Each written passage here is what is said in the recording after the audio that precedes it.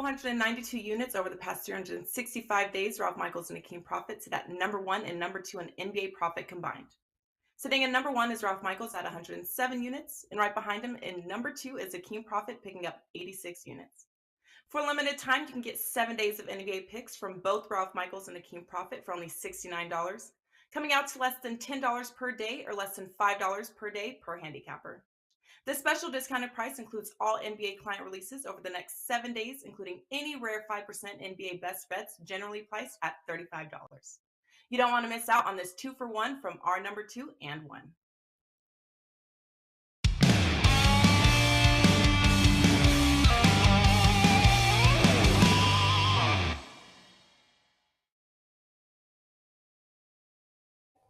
We are live, and it is Thursday, November 10th. WagerTalk Today, which is live every weekday, Monday through Friday, noon Eastern, 9 a.m. Pacific, right here on WagerTalk TV, and of course, streamed and archived 24/7 here on YouTube. And don't forget about the podcast app. You can listen to us audio style, and of course, the WagerTalk TV app. Download that on your favorite mobile device. Watch us anytime on the go as well. I am Steve Merrill, filling in for the Prez today on Thursday. He is trying to figure out what to do with Bitcoin. I'm in his apartment here. I flew up to Toronto overnight, Teddy covers, to try to find some of the Bitcoin before he sells. But in the meantime, we're going to do Wager Talk today. Prez will be back tomorrow on Friday, Teddy, so enjoy your semi-day off. That is Teddy Covers, my co-host today. And Teddy, we've got a great show. You know, there's 4 major sports going right now: college and pro football, college and pro basketball. We're going to touch on most of those today. I think 3 of the 4 today on Thursday. Absolutely. Marco D'Angelo is going to lead us off. Marco is going to talk, where's his games? Up here. Sorry. Marco's going to talk the NFL for tonight, Atlanta and Carolina, with the money coming for the Panthers, but the public support coming for the Falcons. He's going to break that down for us, as well as California versus Oregon State in college football.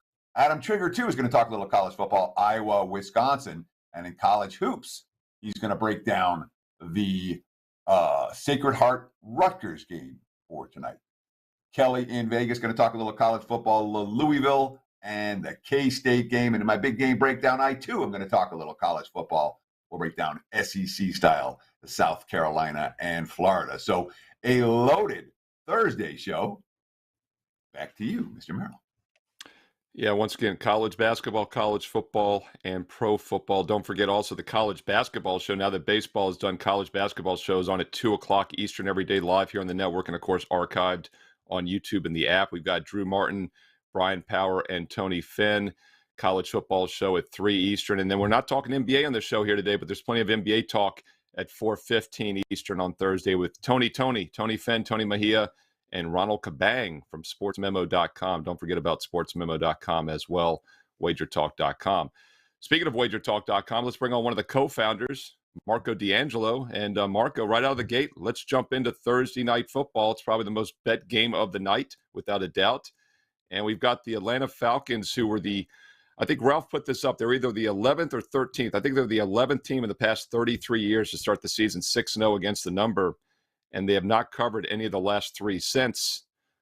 Carolina Panthers looked pretty good with P.J. Walker at quarterback for a couple games. He struggled last week, and now it's the short week.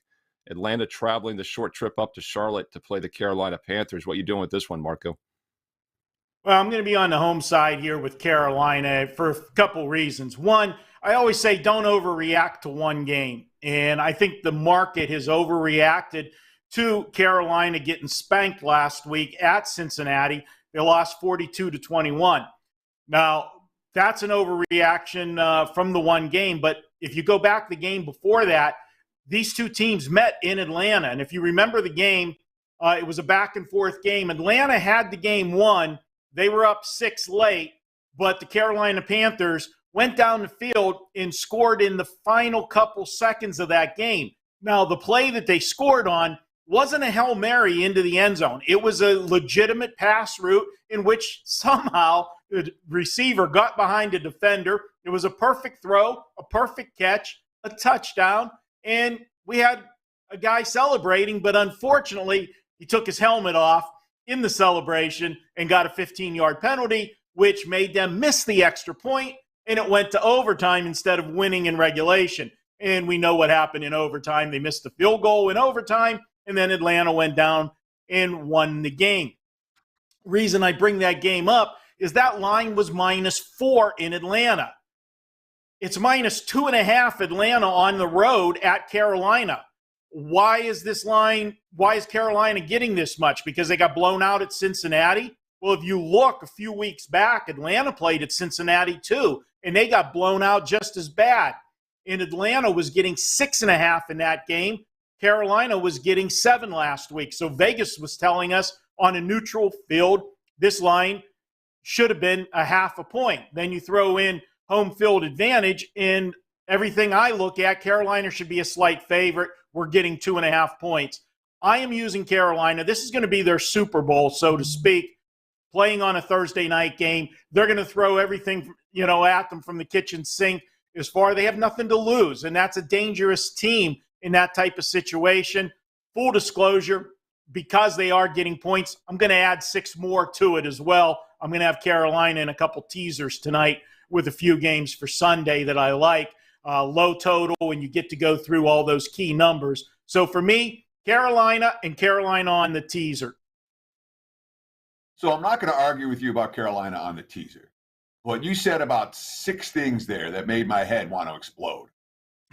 So let's go through them. The look-ahead line for this game last week, before the games were played last weekend, was Carolina -2.5. The line right now is Carolina -2.5. There's been minimal adjustment off of last week's loss. So how do you say the markets are over-adjusting here when the line right now is the same as the look-ahead line before the games were played? You're using a look-ahead line, but where I am going back to the first Carolina meeting that was just a week and a half ago, that they played. They were getting 4 in Carolina, and they only lost by 3. So it's not like they got blown out in that game. I think the look-ahead line was wrong as well. So I'm going from that but first that's not game. An over-adjustment. But that's not an overreaction to last week's games being played. If anything, it's an underreaction. Yeah, if you're going from the look-ahead, but from that, the public hasn't come in. To me, the public should have jumped on Carolina at this number, in my opinion. But you and I are on opposite sides of this game, so I get to legitimately argue with you here. The second question that you said, because I came on yesterday. It's a free play. It's not a client play, but I do like Atlanta and a 2.5. I like them even a little bit more. We have a team playing for first place versus a team that their season's ruined already. They have no quarterback. They have no head coach. They have 3 days of prep. That's the team whose Super Bowl it is, as opposed to the team that's playing for first place? The situation where I say that, Teddy, is if this game was not a Thursday night game or a Sunday night game or a Monday night game, I would agree with you 100%. Nobody wants to get embarrassed on national TV. I don't care how bad your season is going. If a team is ever going to show up, it has been, for me, over the years, this is the kind of spot where they show up. And you can take chances, and that's dangerous. It can go both ways. I've ripped a lot of coaches for taking chances on 4th and 2s at certain points of the game. But when you have nothing to play for, you take all of those chances, and they're either going to work or they're not going to work. And if they do, obviously it puts more pressure on the other team. And how many times have we said when you're in a position like Atlanta is, they're in uncharted water for the last couple seasons. They haven't been relevant. Do you start playing not to lose instead of playing to win and change your aggressive style or whatever? So that's why I'm taking the home dog with nothing else to play for other than pride, and it's a primetime game.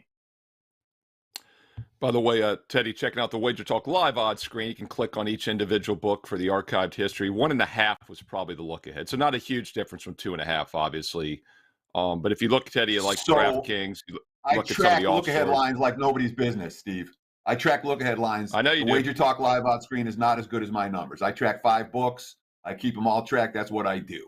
The look-ahead line for this game was -2.5. The current line is -2.5. There's no debate. Because clicking the archive from November 1st, it was 1.5 at 3 major books. And then on Sunday night, the 6th, it went to 2.5, like 6 p.m. Eastern. So Teddy covers is better than the live odds screen. I love it. I know you check them, though. And I don't check them live, but I'm just looking at the archive here. So that's why I wanted to double check. But either way, look, 1.5 to 2.5, as you all know, is pretty much nothing. That's 1%, 2% at most. 3 is, of course, the key number. And I will point this out. This line is 2.5 minus 15 in several locations. So if you do like the Panthers, you might want to wait and try to get a +3, very limited downside if it doesn't look like it's dropping to 2. So I would wait on the Panthers, Teddy. Yeah, and just to be clear, I don't check them. I track them. There's a difference. Every week I'm writing them down and paying attention throughout the course of the week. So I use it for my opening line report each and every Monday right here on WagerTalk TV. With Drew Martin, who will be on the college basketball show at 2 Eastern today. And I believe Drew might be back on the college football show today at 3 Eastern. Yes, he will be, along with Adam Trigger, who is coming on in just a few minutes here on WagerTalk today. And speaking of college football, Marco, let's look at a game on Saturday night in the Pac-12, a late game, 9 o'clock Eastern, so this will probably get some betting interest. And we've got 2-touchdown favorite Oregon State at home against Cal. Oregon State having a solid 6-3 season. They've covered 3 straight. They've won 3 of their last 4, even though they lost the last game as a dog at Washington. A weird Friday night game, which they are calling for 50-mile-per-hour winds. Dave Koken talked about that game here on the network. It did end up staying under, 24-21 loss. Cal, though, has lost 5 straight, 6 of their last 7. Do the Golden Bears have any punch left in their season? Yeah, it's not often, guys, that I like to look at laying this much chalk, especially in the Pac-12, but I think this is a great spot to do it.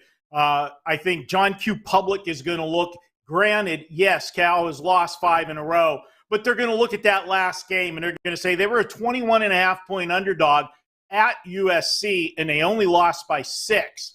Now they're getting 14 from Oregon State. Wow, this is too easy. Let me grab Cal and the points against Oregon State. Well, what I'm going to point out is I think, first of all, USC looked right past them. I don't want to say look past them because they had a big lead. I think they eased up and started to look ahead after they had the big lead because Cal scored points in the fourth quarter. I think they put up 21 in the fourth quarter of that game to make that score look close. But I'm looking at the sandwich spot. They're coming off playing USC last week, big name in the Pac-12, big brother in the state, all of that. And then they've got next week their big rivalry game against Stanford. Now they got to go play Oregon State. And Oregon State's not a fun place to go to at this time of the year. You never know what the weather's going to be. Also, Oregon State is one of those rare teams that I put in the category of being a physical team in the Pac-12. I think the majority of the teams in the Pac-12 are more of a finesse-type team, a lot of offense, no defense. Oregon State's old school. They're built a lot like Utah, just not quite as good as Utah, where they'll dominate the line of scrimmage. They like to run the football. They run the football very successfully, which sets up their passing game. And I just don't think Cal can match them for 4 quarters.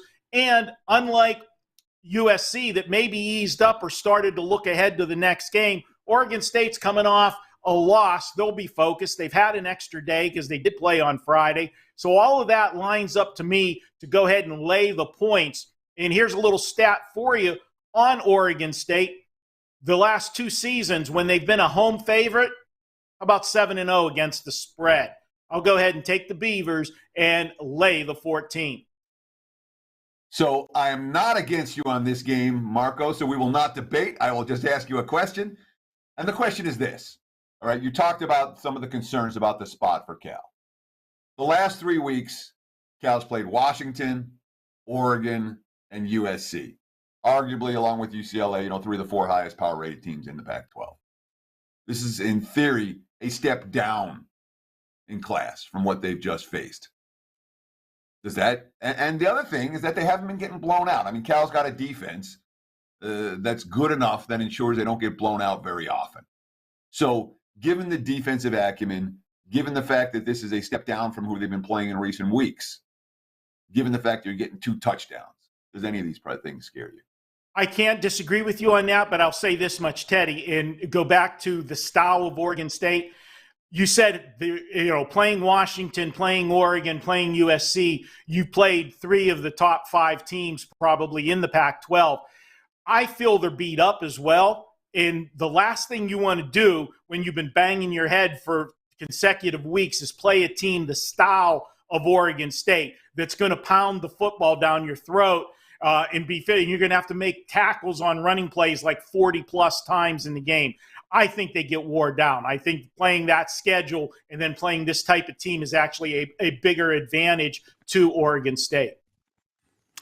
Marco D'Angelo, co-founder of WagerTalk.com. And Marco, before you go, we got to wish you a belated happy birthday. I found like 7 birthday cards here from Prez. He couldn't figure out the right one to give you, so I'm not sure he ever got you one, but they're laying around the apartment here in Toronto. And WagerTalk.com's got a special birthday promo for you, Marco. Tell us about it. Yeah, well, first of all, Prez did give me the best birthday present of all. He skipped today's show. So that was my birthday That's present. what you wish for. Thanks, Prez. And yes, true. if you want to get 30 days, all access of my plays, we're on a tremendous run dating back to last season in both the NBA and hockey. And I've been very selective out of the gate, but we're doing well with both sports again this season.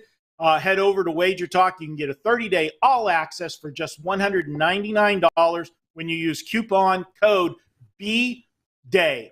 Short for birthday, and $199. You'll get $199 for 30 days. That's all sports, all plays, and let's just keep this run going, guys. Yeah, it's an instant $100 discount, so it's putting a $100 bill in your pocket. That's a birthday present for everybody who uses that code. And Marco, by the way, is up 87 units in hockey, 44 units in the NBA going back to last season, 75-37 hockey run. I forgot to mention hockey, Teddy. That's another major sport that's going right now. And also 31-13 run in the NBA. So it might be a good time to get the birthday boy, Marco D'Angelo, BDay199, Marco at WagerTalk.com. Teddy, we're going to have Adam Trigger here in a few minutes. We're going to talk some college hoops, another college football game. Before we do so, though, Tuesday was election day. And by the way, I tweeted out, I know you and I follow election betting odds probably closer than anybody, maybe Drew Martin as well. I haven't checked them today, but I checked them yesterday, and I actually put this on my Twitter feed. The biggest change, at least that I saw in the betting markets after Tuesday night, was the presidential futures for 2024. DeSantis basically doubled his odds. Trump's were cut in half. So I thought that was a real interesting takeaway. But another thing that was really important Tuesday night, obviously, there was marijuana initiatives, I think, on 5 states, but sports betting law is also up. And the biggest one we've ever seen so far is the state of California, which could be a game changer. What did you learn about that? Sure. What bettors learned? Well, post-election day, California had 2 different props for potential legalized sports betting. Both got voted down. Neither one was close. Now, look, it's good news for the state of Nevada. I can't complain in that regard, but it's long past time for this to be legal everywhere. And the issue in California wasn't that voters don't want sports betting. The issue in California was there were 2 very well-funded negative campaigns from people from interests who are not going to be beneficiaries of the sports betting legislation, and on a loaded, every time California has an election, there's 87 propositions. And, we're talking about Prop 26 and Prop 27, and both of them getting voted down. I don't think it has anything to do with Californians' desire to bet on sports legally. It'll get there someday, sooner or later. You're not going to look at this as a big picture issue of, bettors are starting to reject sports betting.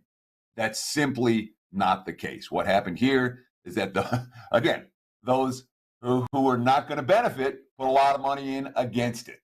And that was a problem for voters, and it wasn't something that was really front and center in the California election cycle. So I wouldn't read too much into Prop 26 and Prop 27 going down. And I'm not convinced either was a great bill to begin with. Legalization is coming for California, just not in this cycle, which is certainly a disappointment for bettors from California. The illegal market still reigns supreme in that state. Well, that and those who travel to Vegas to make their bets, or Reno when they can. That's what I learned last night. Steve, back to you. Yeah, what I learned is that the election market's still pretty workable. There's some problems in some states, obviously, but both of these bills are pretty flawed. And if there's ever a state that couldn't get something easily done, it's California. Betting on sports is a no-brainer. Everyone wants to do it. And like you said, Teddy, 2 different bills, and they both not only lost, but overwhelmingly. That's what surprised me. Yeah. But the Prop 26 was so bad, as you know.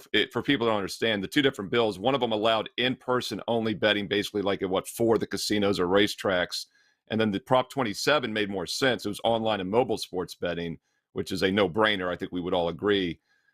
So it's a shame that special interest once again overcame it. What's the over-under, Teddy, when sports betting is legal in California? Well, we have to put it in the 2024 cycle. Yeah. So I mean, it'd be over under election day 2024 add a day. The next cycle in theory, but I probably wouldn't bet the yes on that. Not until we see what the bills are, or what the prop is.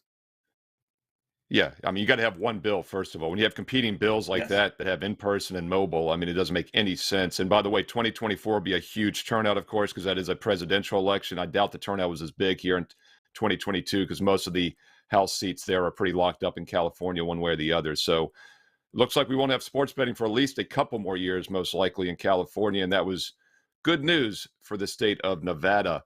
Let's bring on Adam Trigger. Adam, back to the East Coast now. We're going to talk to you, my man, and we're going to look at a college basketball game in a moment. But first, I want to talk about a college football team that's just been fascinating for me from a statistical standpoint. You know, I love my numbers.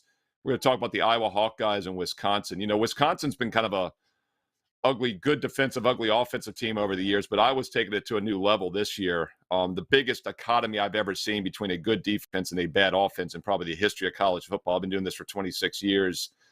I know they got over the total about a month ago when about 30-some% of the points came from the defense or from non-offensive touchdowns. It still landed 37 or 38 in that game. What are you doing with this one, Iowa-Wisconsin, another ugly Iowa matchup? Well, Steve, for a team that quote-unquote can't score, they've scored 57 points the past 2 weeks. I mean, there's got to be that's got to be worth something, right? Like, this was a team that, if you look at their record, 5-4, and you look at the teams they've played, had they just figured out how to run the ball a few weeks ago, they're probably 7-2 with losses to Ohio State and Michigan, which isn't that bad because they've got 2 losses where they held their team to 10 points or less. And those were Iowa State and Illinois, and Illinois has kind of emerged as a respectable team. As far as this game is concerned, so both of these teams played weather games last week, right? Weather-impacted games. And both came out with wins. I think the weather actually probably benefited both teams. You're probably looking at that again this week. Looks like somewhere between 15 to 20-mile-an-hour winds in this game. But what I really think is, I think both probably – I don't think the weather impacts either really here. But I do think that – sorry, guys, I thought I froze for a second. I do think that Maryland was probably the most negatively impacted by the weather. So I put less stock in what Wisconsin did last week as opposed to Iowa. Iowa's defense, they're as good at taking the ball away as any defense in the country. And Wisconsin, when they commit 2 or more turnovers, is 0-3 this year. So I like the Hawkeyes here. You got a little bit of a revenge game here. Wisconsin beat them pretty good last year. I like Iowa to bounce back. They've held 5 opponents to season low in yardage this year. I'm going to take Iowa at home, and it is a 4% client play. So I'm not involved in this one, but I will say this. I mean, Wisconsin's gotten a lot better than they were in September. And they won 3 of the last 4. They only lost coming in overtime, covering in victory in all those games. And really, it's been both sides of the football for the Badgers that have improved since the ascension of Jim Leonhard and the firing of Paul Chryst. Do you worry that Wisconsin's season-long numbers are lying, given the concerns, given their improvement in recent weeks? Whereas Iowa, I mean, they've been the same team from day one this year. They can't score, and nobody can score against them. But Wisconsin is a team that could potentially have some residual value because of that rough start. Yeah, I mean, I guess we've seen that the last couple of weeks. They've now come in on 2 straight wins as well. But for me, I don't think the Wisconsin defense is as good as it's been in years past. And that's one thing Iowa did well the last 2 weeks when they have actually been able to score some points against Northwestern and Purdue. They ran the ball. And so if Iowa can run the ball here, which I think they will be able to, then I have to give Iowa the upper hand in this game. Teddy, it really comes down to this. I just don't think Wisconsin should be a road favorite here. I make Iowa closer to -3. And so I was able to lock in +1.5 for my clients yesterday, and that's good enough for me. I'm gonna roll the dice with Iowa. I think the number's off, and I'll take my chances that they can get it done at home in what is a good spot, nice revenge spot. And Iowa's played better as well, Teddy. So if they found a way to move the ball a little bit, and if they can do that here, I think they get another win. He's Adam Trigger, WagerTalk.com, and he's a Northeast college basketball expert. So let's talk some college basketball on the East Coast here. We got Sacred Heart, big dog tonight, going to Rutgers. That game goes at 7 o'clock Eastern. It's actually on the Rutgers TV network, I believe, for anybody that gets that channel. And both teams off to a 1-0 start. Hartford actually at Hartford, a touchdown favorite, 177-7, Sacred Heart, but now a big dog against a Rutgers team, Adam, that won easily by 40 against Columbia as a 19-point home favorite on Monday night. What you doing with this one? Sacred Heart at Rutgers tonight, 7 Eastern. So first, Steve, I think it's on Big Ten Plus channels as well. You could probably watch that online too. So it's definitely out there if you're trying to view this game. I'll start with Rutgers because this is a team I've talked about in a couple previews so far. I like Rutgers in the context of the Big Ten this year because I've seen they're kind of like ranked 8th, 9th, 7th. I've seen it. I think they could be better than that. But that is based on the fact that I think the Big Ten's a little bit down. So your top teams in the Big Ten, I don't think are going to be quite as good as last year. So I do like Rutgers, but I prefer Rutgers is an underdog in conference to some of those bigger teams, not as a 21-point favorite. So I'd be willing to play against them here. Listen, Rutgers, they lose Geo Baker and they lose Ron Harper. So that's going to affect them at the offensive end. The defense with Steve Pikiell is going to be fine. And that's what we saw in their opener. They forced 25 turnovers, and the defense took over in the second half. I mean, they were up 10 at the first half. Was pretty even. Not even, but it wasn't very impressive for Rutgers. They come out and win the second half by 30. That was against Columbia. This is against the Sacred Heart team that I think is better than Columbia. The line is roughly similar. And listen, Sacred Heart, for a Northeast Conference team, has a good chance to win that league this year. Bryant and Mount St. Mary's have left, and they did well in the transfer portal. One of the guys they brought in, Aiden Carpenter, was at Siena the last 2 years, which is where I went to college. I follow Siena closely. And 2 years ago, when Siena got him as a recruit, that was like a big deal. There was a lot of fanfare. It was like one of the best recruits we've had in a couple of years, and he just never panned out. He got sick during COVID. He ended up getting injured and kind of spent 2 years where he just underachieved, eventually left the school, transfers to Sacred Heart. And I think this is just what happens in college hoop. He's from Connecticut. He's going to be much happier, in my opinion, closer to home, at a new school. And we see it in the first game where he goes for 15 and just looks like, the player that I hope Siena would have gotten the last couple of years. They bring in 2 other transfers from Niagara and Quinnipiac, and they have a coach, 10th year, probably one of the better coaches in this conference, and Anthony Latina. I think that Sacred Heart's probably undervalued here. Rutgers is not a team that's going to win many games, is going to cover many 20-point spreads, more of a defensive team. 21 and a half is probably too many. I lean towards Sacred Heart tonight. So these two teams played, not last year, the year before. And Rutgers was 1 of 8 from 3-point range and 5 of 15 from the free throw line. But they shot 67% on 2-point shots. All they did was take it to the basket and get good looks in the paint, and ended up winning by 23. In a game where they made 1 3-pointer and shot 33% from the free throw line, they won by 23. Does that recent series, does that matchup concern you at all when you look at this year's meeting? Because it concerns me. It doesn't, Teddy, and the reason is the transfer portal, right? Like, these are just 2 years ago. Some of these teams look really, really different. In this case, Sacred Heart brings in 3 guys that'll all probably make. I mean, Carpenter will make it. He's already made an impact. It's Solomon from Niagara. Looks like he could be a pretty good player, and I think they've got one other from Quinnipiac that could all be impact guys on this team. Now, you're looking at Sacred Heart from the Northeast Conference, right? You have to sort of try to offset like Rutgers coming out of a huge conference. Obviously, Rutgers is the better team. There's no question about that, but we're trying to figure out, are they 21 points better? And I don't think they are. I think the number here is a little bit inflated. from what happened on Monday night. They beat Columbia by 40.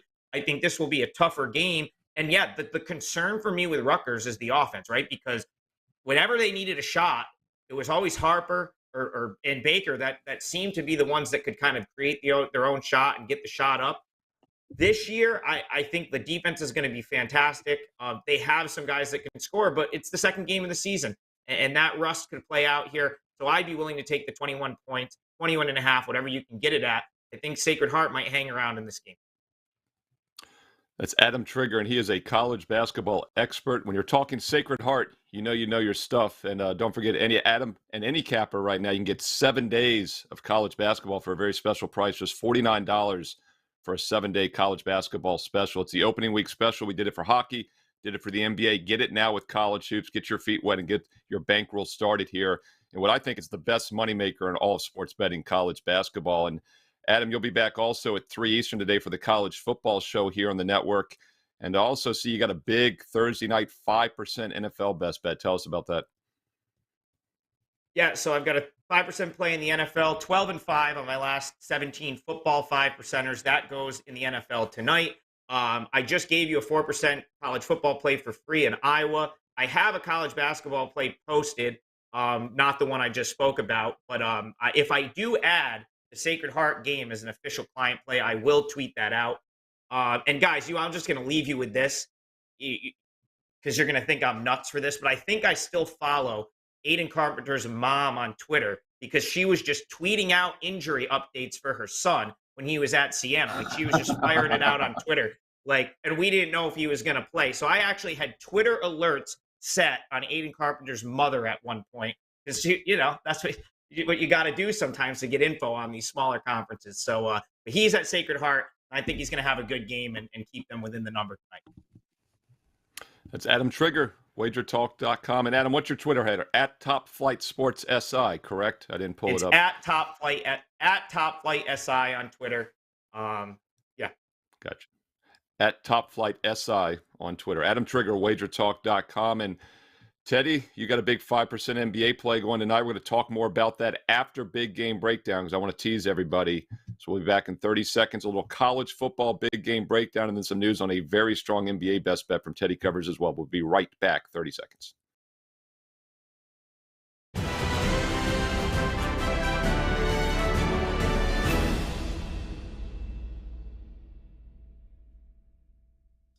Have you checked out all the new handicappers at WagerTalk? If not, here's your chance. You can take 50% off your first daily or 3-day all-access purchase at WagerTalk using coupon code TRYWT. Our new roster of experts is 30 deep, covering sports from all around the world, giving you tons of options to choose from. All you have to do to redeem this offer is go to WagerTalk.com, choose a handicapper of your choice, and use coupon code TRYWT at checkout, saving 50% on your first purchase.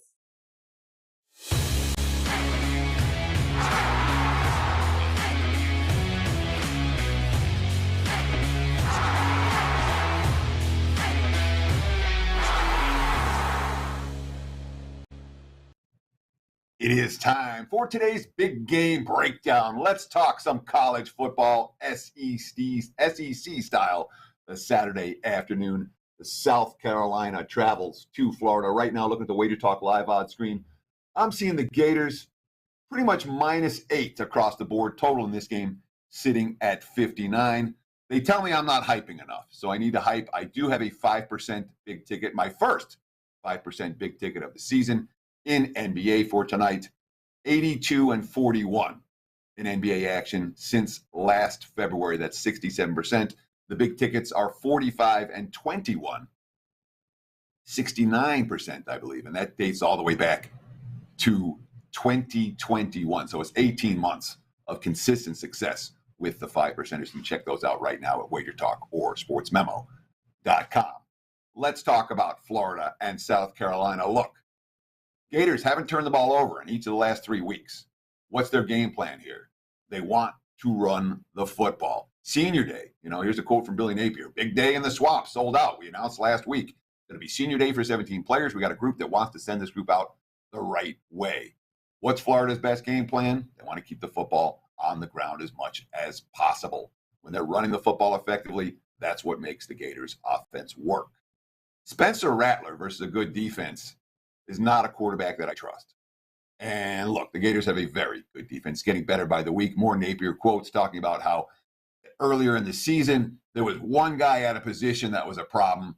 Now, well, they're fixing those type of problems. Quote, we were in a lot of plays where one guy was making a mistake and it was getting exposed. We fixed much of that. South Carolina's defense, but look, they gave up 44 to Arkansas and 48 to Georgia back in September. Since then, they've given up 20, 10, 13, 24, 23, 27 over the last 6 games. That's a pretty good defense.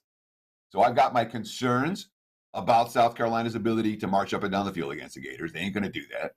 I believe that South Carolina's defense is going to be good enough to keep Anthony Richardson from going off and going completely nuts.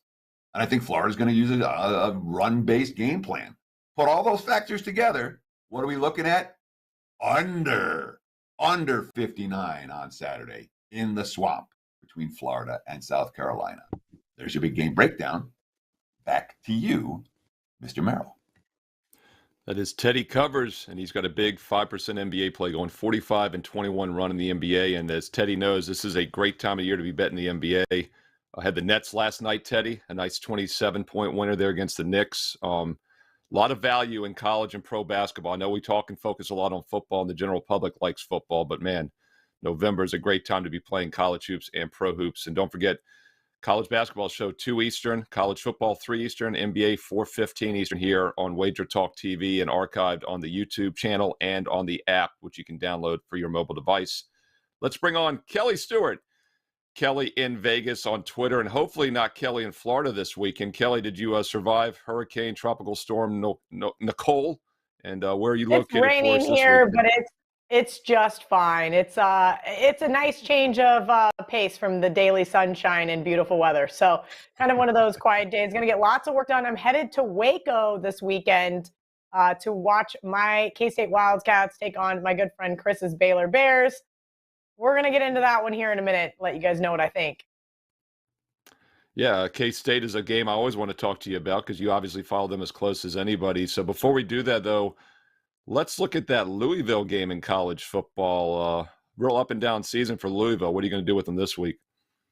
Yeah, it has been a really up and down season for Louisville. And you know who it's been a really down season for yet again? The Clemson Tigers.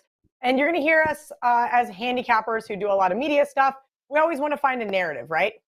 Whether that's a talking point or something other than saying, oh, great, my game, I make this game 6.5, the end, right? There's always situations and stuff to look into. And Marco D'Angelo was just on earlier, and he's kind of one of those guys that's taught me a lot about this in this industry.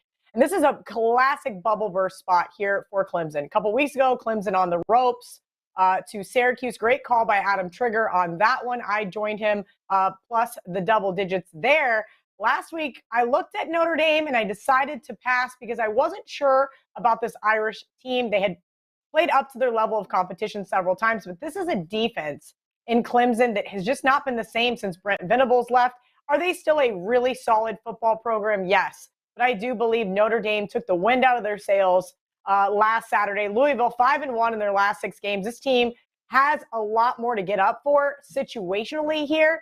As I mentioned, the math is the math, and it's going to break down. I did make this game a touchdown, but I do think that we will see a flat spot from the Clemson Tigers.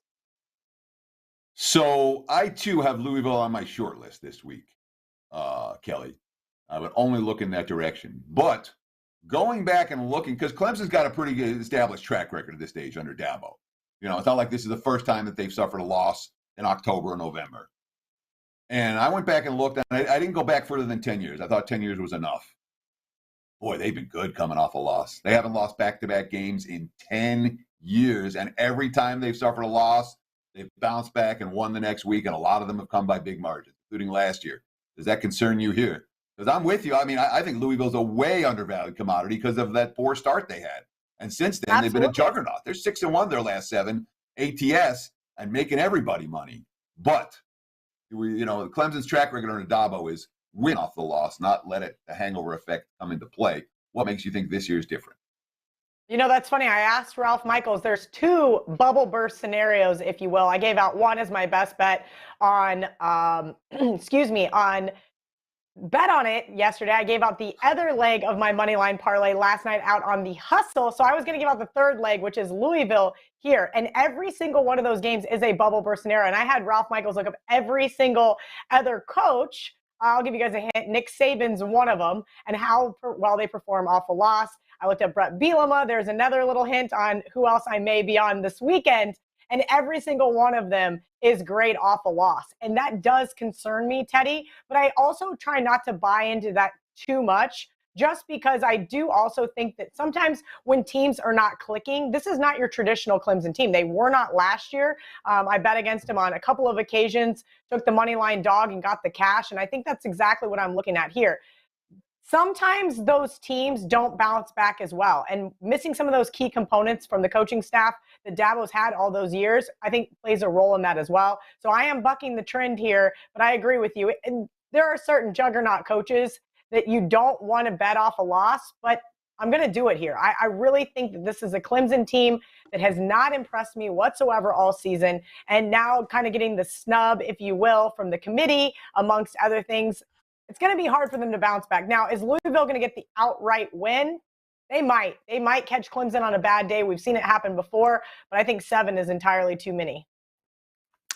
Yeah, the new playoff rankings, of course, right now have Clemson number 10. They were 4th, so they were in the playoffs a week ago. They fell 6 spots to number 10, but still just 8-1, right? So theoretically, they're still in it, I guess, with that one loss if they run the table. But they're going to need some help, obviously. And Alabama getting their second loss was part of that help. And then, of course, TCU is now 4th at 9-0. I think a lot of people feel like they'll falter at some point and fall out as well. Hey, speaking of Big 12 football, Kelly, you follow it closer than anybody. Your Kansas State Wildcats going down to Waco.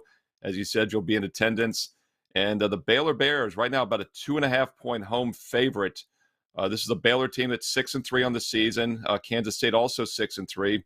Probably make an argument maybe Baylor has underperformed a little bit compared to expectations. But 2 6-3 teams, they've gone over 6 straight games. They're putting up some points. Can K-State slow them down this week? You know, it's all going to be dependent on if they can stop the run. K-State was able to stop the run in the second half versus Texas, but Texas also abandoned that same run in the second half and kind of gave themselves a scare. This is a really solid Baylor team, and we've seen them falter a couple of times this year, maybe in a flat spot, if you will. I didn't consider this a sandwich spot, but yesterday on Bet On It, Marco D'Angelo said, look at what we have here. It doesn't matter that Oklahoma's having a down season. Baylor still went in and beat the crap out of that team. And look who they had to play on deck. So something to consider here. Now, K-State coming off that Texas loss, I don't think was a deflating loss, if you will. Obviously, they lost to TCU and had a really weird loss at home to Tulane this year. This team needs another win. Yes, they're already bowl eligible, but they need another win or two to get to one of those really good bowl games. Chris Kleiman, I watched his show on Monday, and it was really funny. I was in Chris Thurston's sports book, if you will, office, and I'm sitting there talking to the TV. My boyfriend walks in. Chris walks in there. Like, who are you talking to? I go, oh, I'm just yelling at Chris Kleiman. But I really like sometimes when you get to watch these coaches' post-game interviews as well as their shows, because they kind of give you some of the intricacies as to why the game went the way that it did. Sometimes it's their fault. Sometimes it's the player's fault. And I don't think Adrian Martinez is still getting the respect that he deserves. He did throw his first interception on the season last week, but I do think this looks like an absolute utter shootout. 52.5, I think, is entirely too low. We do a show on Bet On It called Are You High? And sometimes Joe Ranieri tells us you're not high enough, and I don't think this one's high enough. I think this is going to be, I could see this being a 34-31 type final either way. I do know that K-State's down to 2.5. I would have loved to have got the 3, but I do think that if you like K-State now, money line is the play at this point in time. So money line or the over in this one. Now, this has been a Baylor series in recent years. The Bears have won each of the last 4 meetings between these two teams. And if you ask me which of these two teams has the better defense, I ain't going to call K-State. So, I've been really impressed with Aranda's defense again this year. So in this point spread range, where I'm getting the better defense at home in a series they've dominated, why wouldn't I just take Baylor minus 2.5? I can see why you'd want to take Baylor. I will say this, however, I know Dave Aranda's had some really awesome successes there. And I think the K-State defense is probably not as good as we thought they were going to be, Teddy, but maybe not as bad as they have looked a couple of different times this season. They make big plays. If you remember last weekend, the punch-out play by the cornerback, whose name escapes me at the moment in time, ran right back in there to start the second half, punched the ball. This is a really scrappy team.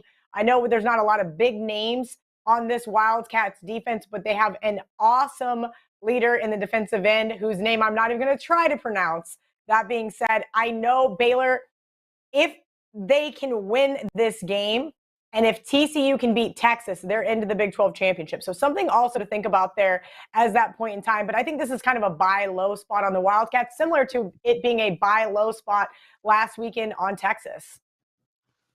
It's Kelly Stewart. Kelly in Vegas on Twitter, and Kansas State will be her preferred rooting interest on Saturday when she's in Waco, Texas. So say hi to her if you're at the Baylor game. And Kelly, where else can people find you on social networks and media devices this week? Yeah, I'm all over the place per usual. WagerTalk TV. I'm getting ready to do some college football videos. I believe you're filling in for Dave Koken today with Adam Trigger, so that should be a great time. Both episodes of Bet On It are currently out. I'm going to be doing every game on the board with Drew Martin Bets. At 4 Eastern, 1 Pacific. I've got money shots with Megan making money over at the Barstool Sportsbook YouTube page. I've still got to get my parlay video done. I've got a lot to do before my flight in the next 24 hours, so going to be a busy one. Yeah, travel safe. Glad you're actually able to get out of the state of Florida, so it worked out and get to Texas. And yeah, Kelly and I will be doing with Adam Trigger 3 previews, some more insight on Baylor, Kansas State. So you get my insight also on Adam Trigger's. Ole Miss and Alabama and Iowa, Wisconsin. We just heard Adam talk about it. I'm looking forward to talking about that game as well. Check those out here on WagerTalk TV. Tons of college football previews throughout this entire week on individual games. Bet on it. Kelly does both college and pro football editions as well. It's the most watched show here on WagerTalk TV. Teddy, thanks for letting me fill in today. Prez will be back tomorrow and Friday. He has liquidated most of his Bitcoin. I have stolen the rest here from his apartment before I leave back for the States. And a reminder to the viewers, College Football Top 25 video. I'll have that up on Friday night here on the channel. And then my NFL Fade the Public video on Saturday afternoon. As always say in those videos, please comment below. We read all the comments. We reply back. We appreciate the support. Hit the thumbs up, the like button, and hit subscribe, and hit the bell for instant alerts when all these shows go live on WagerTalk TV. Teddy, take us home. Sure, that's going to wrap it for the Thursday edition of WagerTalk Today. We'll do it again tomorrow. Same time, same channel, 9 a.m. here on the left coast. Noon for you back east. Between now and then, come on, guys. Y'all know what to do. Enjoy the games, and good luck.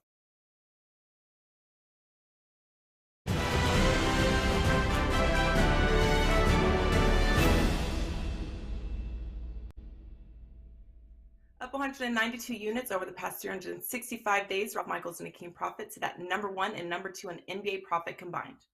Sitting in number 1 is Ralph Michaels at 107 units, and right behind him in number 2 is Akeem Profit picking up 86 units.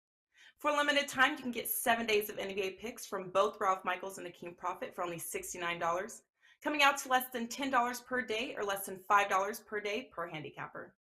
This special discounted price includes all NBA client releases over the next 7 days, including any rare 5% NBA best bets generally priced at $35. You don't want to miss out on this 2-for-1 from our number 2 and 1.